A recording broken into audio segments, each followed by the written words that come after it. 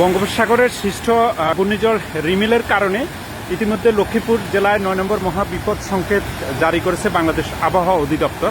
তবে এর পরিপ্রেক্ষিতে দুপুরের পর থেকে যে লক্ষ্মীপুরের মেঘনা নদীতে যে জোয়ার বয়ে যাচ্ছে, এই জোয়ারের ফলে ইতিমধ্যে লক্ষ্মীপুর উপকূলীয় অঞ্চল অনেকগুলো প্লাবিত হতে শুরু করেছে এবং সন্ধ্যা পর্যন্ত অনেকগুলো বাড়িঘরে কিন্তু পানি উঠে গেছে। আমরা এখন এই মুহূর্তে মেঘনা তীরবর্তী কালকিনি ইউনিয়নের একটি বাড়ির পাশাপাশিতে রয়েছে। সেখানে পানির কি স্রোত সেটা এখান থেকে অনুমেয়, অর্থাৎ কি পরিমাণ পানি প্রবেশ শুরু করেছে সেটি ভয়ঙ্কর গতিতে পানি 10 থেকে 15 মিনিটের মধ্যে এই বাড়িতে পুরোপুরি একটা পুকুর প্রায় ভর্তি হয়ে গেছে।